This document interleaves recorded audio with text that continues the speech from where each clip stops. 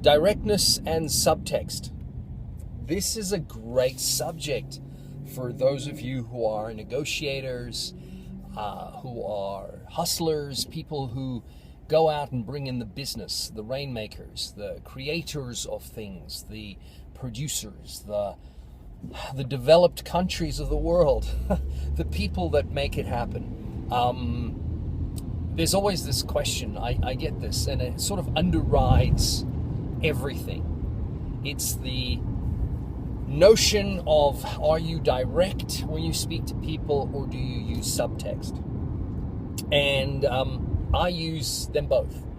There's nothing like directness, but directness is tricky. You know, directness, I all too often I get these sales orientated business managers who come in and they want to talk to you, and they're trying to be so direct, like they're trying to show off that they can be so direct.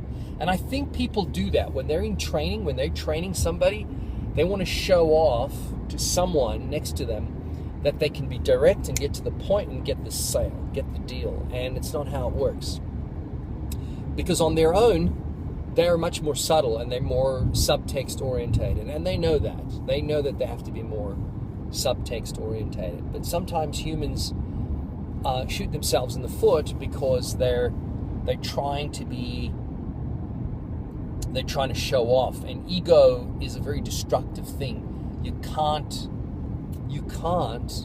be ego driven. You just cannot. It doesn't work that way. Ego drivenness is like, it's sad. It just doesn't work. So what you need to do is have both the approach that it's subtext. Mostly I communicate in subtext. I've discovered in life that if I come up with the idea, they're not going to buy into it. If they come up with the idea, they'll buy into it. So I normally position it so that they understand what it is. And then I sort of use visuals. I create pictures of how wonderful it's going to be, you know, when they're involved, when they're doing the thing, when they're experiencing being involved in a film and creating a project and developing sound and music and productions, which is what we do on a day-to-day basis. Suddenly was outside the screen there. Apologize.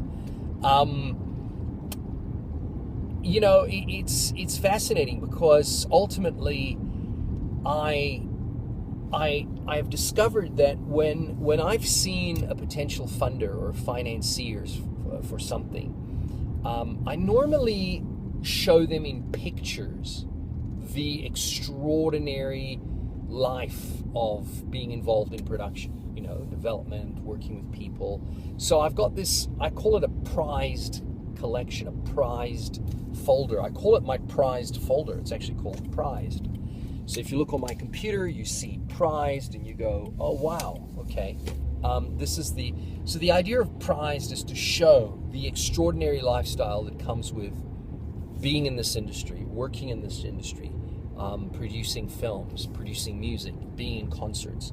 Because what you see, this rough and this is my night after the concert person. This is my night after filming sequences person. This is, it's me going to the gym. It's me going to the beach. It's me in between things. This is what you're seeing. I'm not groomed. I'm not, I've literally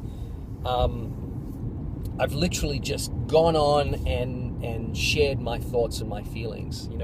I've made a decision that the message is more valuable than the presentation format when it comes to getting the word out. I'm hoping that somehow this will be of value to people, my family, my friends, my gorgeous associates, people that I care for dearly in the future sometimes. So that's one of the reasons that I do these things. I don't do them because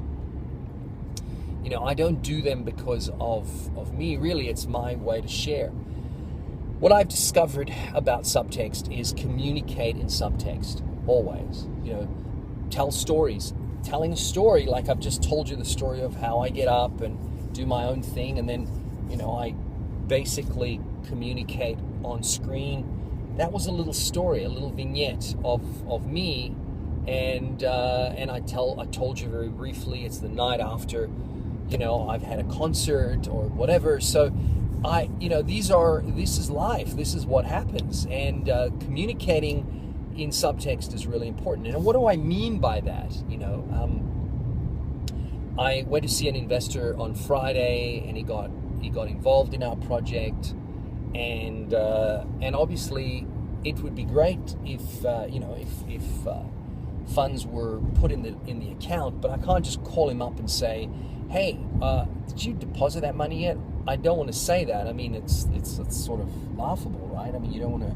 So the subtext is, how did your Friday night go afterwards? I'm asking him because he was supposed to go on a date, and he says, it went way too well. I think I'm in trouble. And I'm like, whoa, you should be my wingman, So we're kind of bantering a little bit.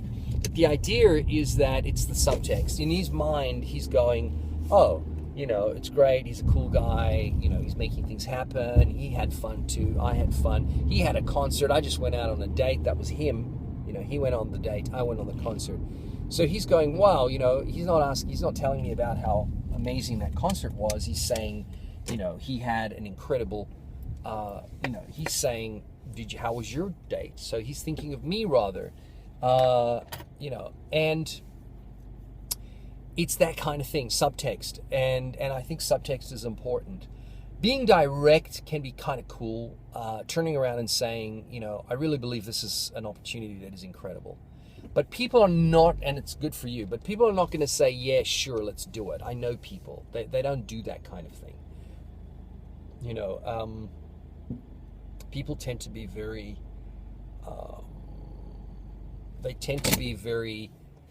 what's the word? People tend to be very, it's almost like if something's good for them, they're going to go, no. Let me choose that. Let me choose what's good for me. So you can't be direct. Direct is a very unusual thing. I think a great way to be direct. Directness has never gotten you anywhere. I think, unless you've got massive leverage, unless your leverage is so good, unless you're coming at it from the perspective of you've been selected, you've been chosen, it's a government contract or whatever it is, you have got it in place. It's yours. No one's going to interfere with that. It's yours. It belongs to you. And you go in and you tell the landowners they got to move. There's no way around it. They got to move, right? So that direct approach will save you some time, but it's rude. And I always believe, be nice to people, be good to people. And obviously, if something's not good for them, walk away. You're not doing things for yourself. You're doing things to help other people. Ultimately, if we can help each other, it's extraordinary what can happen. The success that we experience is incredible. So I hope that's a good one. Possibly the best thing you can do is to sort of think about your life a little bit from the perspective of how can you create subtext in all of your messages. And I build my subtext even into everything that I do, even into my agreements. A lot of my agreements are very, very friendly. My subtext is, I'm a friendly guy. I'm not here to hurt you or get upset with you. Our companies are there to help and make things happen for you. We're facilitators. We're not here to hurt you. So that's the primary thing, is always be good to each other, the golden rule. So see how that works.